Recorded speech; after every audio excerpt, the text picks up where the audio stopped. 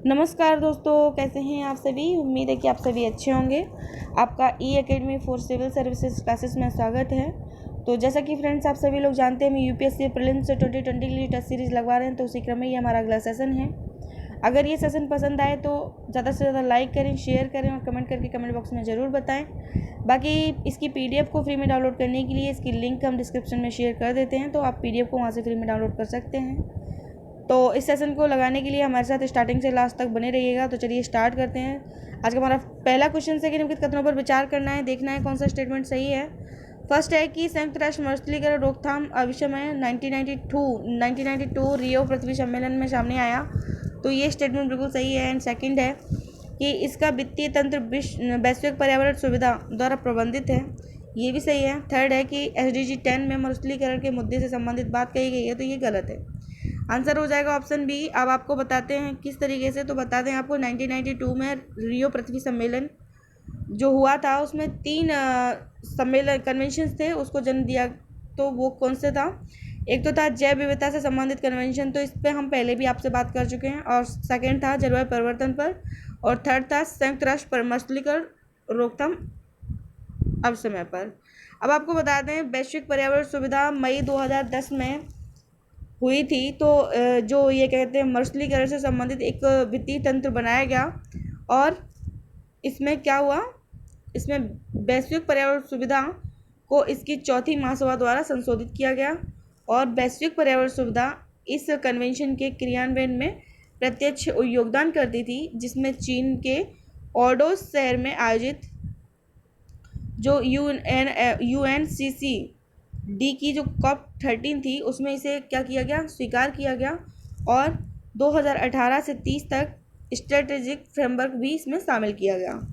तो सतत लक्ष्यों की बात करते हैं, तो सतत लक्ष्यों में जो 15 जो लक्ष्य है उसमें घोषणा की गई है कि हम पृथ्वी को क्षरण से बचाने के लिए कृत संकल्पित हैं, जिसमें समन्वयी सतत उपभोग और उत्पादन, इसके प्राकृतिक संसाधनों का सतत प्रबंधन, जलवायु परिवर्तन तथा तत्काल कार्रवाई करना शामिल है। यह वर्तमान और भावी पीढ़ियों की आवश्यकताओं का संपोषण कर सके। चलिए बढ़ते हैं अगले क्वेश्चन की तरफ। तो अगला क्वेश्चन है हमारा कि निम्नलिखित कथनों पर विचार करना है, देखना कौन सा स्टेटमेंट सही है। तो फर्स्ट है कि संयुक्त राष्ट्र मरुस्थलीकरण रोकथाम कन्वेंशन है ना, वो एक कानूनी रूप से बाध्यकारी अविषम्य है, ये बिल्कुल स्टेटमेंट सही है। एंड सेकंड है कि हाल ही में भारत ने पहली बार इससे संबंधित COP 14 की मेज़बानी की है, तो ये भी स्टेटमेंट सही है। और वान चैलेंज निम्नीकृत और गैन बनीकृत भूमि के जीर्णोद्धार का एक वैश्विक प्रयास है, तो ये भी स्टेटमेंट सही है। तो तीनों के तीनों यहाँ पे स्टेटमेंट सही है। आंसर हो जाएगा ऑप्शन डी। आपको बता दें संयुक्त राष्ट्र मरुस्थलीकरण रोकथाम जो कन्वेंशन है वो वर्ष 1994 में स्थापित किया गया, और यह पर्यावरण और विकास को स्थायी भूमि प्रबंधन से जोड़ने वाला एकमात्र कानूनी रूप से बाध्यकारी अंतर्राष्ट्रीय कन्वेंशन है, जो भारत ने पहली बार सितंबर 2019 में इसकी जो COP 14 बैठक हुई थी उसकी मेज़बानी की थी। ठीक है, पेरिस में आयोजित जो कॉन्फ्रेंस ऑफ पार्टीज़ है COP 15, इसमें भारत भी स्वैच्छिक वॉन चैलेंज प्रतिज्ञा का भागीदार बना था। तो आपको बता दें, अब आप ये मत समझिएगा कि ये 14 है तब अब ये 2019 में हुई है, जबकि ये 15 है ये 2015 में हो चुकी। तो ये जो है ना वो जलवायु परिवर्तन से संबंधित है, और ये है ना वो मरुस्थलीकरण से संबंधित है। इतना ध्यान रखने की आपको ज़रूरत है। ठीक है, ये चीज़ें यहाँ पर इतना ध्यान में रखना होता है। ठीक है, वर्ष 2020 तक 13 मिलियन हेक्टेयर निम्नीकृत और गैर बनीकृत भूमि के जीर्णोद्धार का संकल्प लिया, और वर्ष 2030 तक 8 मिलियन हेक्टेयर भूमि को इसी लक्ष्य के तहत शामिल किया गया। चलिए बढ़ते अगले क्वेश्चन की तरफ। तो अगला क्वेश्चन है हमारा निम्नलिखित कथनों पर विचार करना है, देखना है कौन सा स्टेटमेंट सही है। तो फर्स्ट है कि दुनिया में सबसे ज़्यादा मल्टी ड्रग प्रतिरोधी टीबी के मामले भारत में हैं, तो ये स्टेटमेंट बिल्कुल सही है। सेकंड है कि टीबी का उपचार पहली पंक्ति की दवाओं से नहीं किया जा सकता, ये स्टेटमेंट भी सही है। आंसर हो जाएगा ऑप्शन सी। अब आपको बता दें जो एनुअल इंडिया टीबी जो रिपोर्ट आती है उसके अनुसार ये देखा गया है कि सबसे ज़्यादा जो केस हैं वो कहाँ पर हैं, टीबी के भारत में ही हैं। तो देश में 2018 में 21.5 मिलियन से अधिक तपेदिक के मामले दर्ज किए गए, जो कि 2017 की तुलना में ये 17% अधिक मामले थे। ठीक है, तो आपको बता दें जो टीबी का एक ये रूप है जो बैक्टीरिया के कारण होता है और इसके उपचार के लिए दवाओं का उपयोग किया जाता है, लेकिन कौन सी पंक्ति की दवा? द्वितीय पंक्ति की दवा का उपयोग किया जाता है, ना कि पहली पंक्ति की दवा का। ओके, चलिए बात करते हैं अगले क्वेश्चन की। तो अगला क्वेश्चन है हमारा कि नीम कोटेड यूरिया के संदर्भ में निम्नलिखित कथनों पर विचार करना है, देखना है कौन सा स्टेटमेंट सही है। तो फर्स्ट है कि ये यूरिया नाइट्रीकरण की प्रक्रिया को धीमा कर देता है, तो ये स्टेटमेंट बिल्कुल सही है। सेकंड है कि ये नाइट्रोजन की लीचिंग को रोकता है, ये भी सही है। थर्ड है कि इसके द्वारा औद्योगिक उपयोग के लिए यूरिया के विभिन्न स्वरूपों में परिवर्तन का परीक्षण किया जा सकता है, तो ये भी स्टेटमेंट सही है। आंसर हो जाएगा ऑप्शन डी। आपके बता दें कि ये तीनों के तीनों स्टेटमेंट सही थे। अब आपको बता दें यूरिया में जो मौजूद लगभग 30 से 40% नाइट्रोजन का उपयोग पौधों द्वारा किया जाता है। नीम के तेल का लेप नाइट्रेट को धीरे धीरे मिट्टी में छोड़ने में मदद करता है और फसलों के पोषक तत्वों को अवशोषित करने के लिए अधिक समय देता है। 2015 में सरकार ने सभी स्वदेशी उत्पादकों और उपभोक्ताओं के लिए 75% नीम लेपित यूरिया प्रयोग अनिवार्य कर दिया था, और जिससे क्या हुआ कि यूरिया की सब्सिडी में बचत होगी। और नीम कोटेड यूरिया के जो लाभ हैं वो क्या हैं, तो आपको बताएं इसके यूज करने से क्या होगा। यह मिट्टी में नाइट्रोजन की लीचिंग को रोकता है और इस तरह से यह मिट्टी को नुकसान होने से बचाता है, ठीक है। और जो इसे यूरिया की जो लीचिंग होती है, इसके कारण भूजल के दूषित होने की जो आशंका होती है वो क्या हो जाती है? कम हो जाती है। नीम कोटेड यूरिया के उत्पादन के लिए नीम के बीजों का संग्रह किया जाता है और इस तरीके से देखा जाता है कि ग्रामीण क्षेत्रों में रोजगार के अवसर पैदा इससे हो सकते हैं, ठीक है। चलिए बढ़ते हैं अगले क्वेश्चन की तरफ। तो अब अगला क्वेश्चन है हमारा कि K2-18b के संदर्भ में निम्नलिखित कथनों पर विचार करना है, देखना है कौन सा स्टेटमेंट सही है। तो फर्स्ट है कि यह शनि का एक प्राकृतिक उपग्रह है, तो ये स्टेटमेंट बिल्कुल गलत है। सेकंड है कि इसके वायुमंडल में जल वाष्प के निशान पाए गए हैं, तो ये स्टेटमेंट बिल्कुल सही है। यह गोल्डीलॉक्स जोन में स्थित है, ये भी सही है। तो 2 और 3 यानी कि ऑप्शन सी इसमें सही है। अब आपको बता दें जो K2-18v है, ये ऐसा उपग्रह है जो सौरमंडल के बाहर एक ऐसे तारे की परिक्रमा करता है जहां वायु और तापमान के साथ साथ जीवन की भी संभावनाएं मौजूद हैं, ठीक है। इस वातावरण में जल वाष्प के निशान पाए गए हैं और इसका आकार और सतह गुरुत्वाकर्षण पृथ्वी की तुलना में बहुत ही बड़ा है। K2-18v शांत बोना तारा K2-18 की परिक्रमा करता है जो पृथ्वी से लगभग 110 प्रकाश वर्ष की दूरी पर है। यह एक रहने योग्य क्षेत्र और गोल्डीलॉक्स जोन में स्थित है। यह एक तारे के आसपास का एक ऐसा क्षेत्र जो ग्रहों की सतह पर तरल वाष्प के रूप में भी होता है और बर्फ के रूप में भी हो सकता है। चलिए बढ़ते हैं अगले क्वेश्चन की तरफ। तो अगला क्वेश्चन है हमारा कि ओशन वार्मिंग के संदर्भ में निम्नलिखित कथनों पर विचार करना है, देखना है कौन सा स्टेटमेंट सही है। तो फर्स्ट है कि तापमान बढ़ने के कारण कोरल ब्लीचिंग होती है, तो ये स्टेटमेंट बिल्कुल सही है। सेकंड है कि यह महासागर में डीऑक्सीजनेशन को बढ़ावा देता है, तो ये भी सही है। थर्ड है कि यह समुद्री प्रजातियों में बीमारियों के प्रसार को बढ़ाता है, तो ये भी सही है। आंसर हो जाएगा ऑप्शन डी। अब आपको बता दें समुद्र का बढ़ता हुआ तापमान समुद्री प्रजातियों और पारिस्थितिकी तंत्र को प्रभावित तो करता ही है, और बढ़ते तापमान से कोरल ब्लीचिंग, समुद्री मछलियां और स्तनधारियों के प्रजनन और प्रतिकूल प्रभाव पड़ने लगता है, जिसमें से महासागर के गर्म होने से समुद्र में घुलने वाली ऑक्सीजन की मात्रा में कमी होने लगती है और समुद्र के पानी के थर्मल विस्तार और महाद्वीपीय बर्फ के पिघलने के परिणामस्वरूप समुद्र के स्तर में क्या देखा जाता है? वृद्धि देखा जाता है।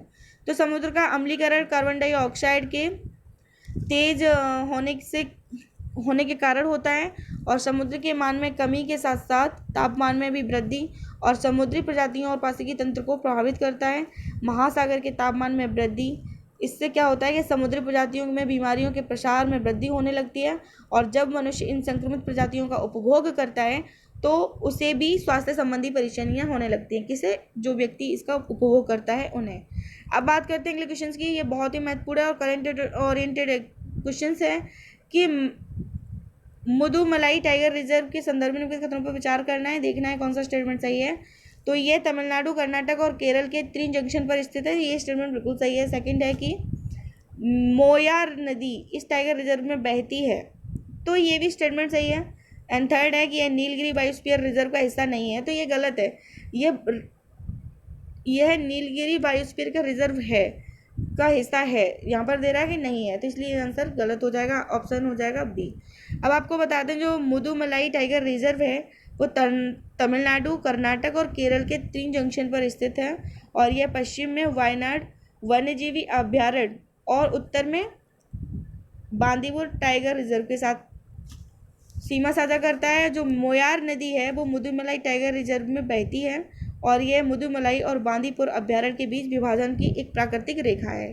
ठीक है, प्राकृतिक रूप के रूप में यहाँ पर विभाजन करती है ये नील जो नदी है वो मोयार नदी। अब आपको बता दें जो नीलगिरी बायोस्फीयर रिजर्व है वो अरालम और मुदुमलाई, मुकुर्थी, नागरहोल, बांदीपुर, साइलेंट वैली राष्ट्रीय उद्यान, वायनाड और सत्यमंगलम वन्यजीव अभ्यारण्य शामिल हैं। तो MTR भी नीलगिरी बायोस्फीयर का क्या है, हिस्सा है। ठीक है, तो चलिए बढ़ते हैं अगले क्वेश्चन की तरफ। तो अगला क्वेश्चन से हमारा किन कदमों पर विचार करना है, देखना है कौन सा स्टेटमेंट सही है।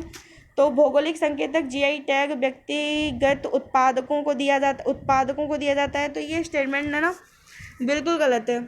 ठीक है,